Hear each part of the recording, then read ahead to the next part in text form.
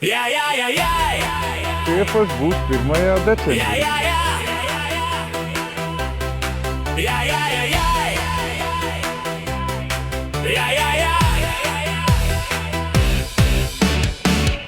1. decembris sniegs uz ceļa krīt, policija stāv un protektoru smēra, bet manā garāžā ziemas kompleks mīt, jo es taupu naudu un nervus. Viņi saka runa, maiņa obligāti, saku brāli, es taču nesmu bagāts, ar padomju riepu es ziemu pārvarēšu, jo toreiz bija vēl sliktāk, bet dzīvs es esmu. Es ar vasaras riepām pa sniegu braukšu, līkumā slīdēšu kā hokeja ripa. Ja policijas ķers, pasmaidīšu skaļi tikai dēļ jums, draugs, es tās vispār lieku. Vasaras riepas, mana sirds ir silta, pat ja ceļš ir slidens.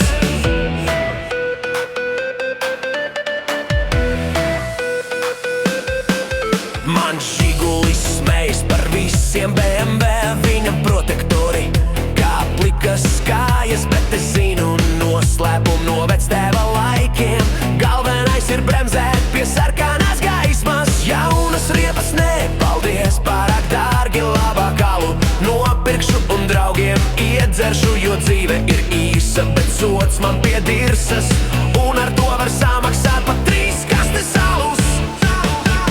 Es ar vasaras riepām pa sniegu braukšu, grāvis mani sauks, bet es viņam pamāšu. Ja policijas ķers, iedzer piedāvāšu, kapteini nāc iekšā, mums vēl vieta aiz mugurē.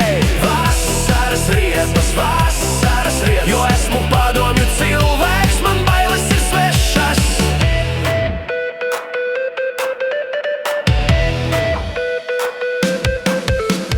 Citi stāv servisā un maksā 100, es pa pagalmu slīdu kā Petersons uz ledus, jo īsts vīrs nebaidās ne no sala, ne sodā. Galvenais, lai degviela ir un radio skan līvi. Es ar vasaras riepām pa sniegu braukšu, lai sniedeg, lai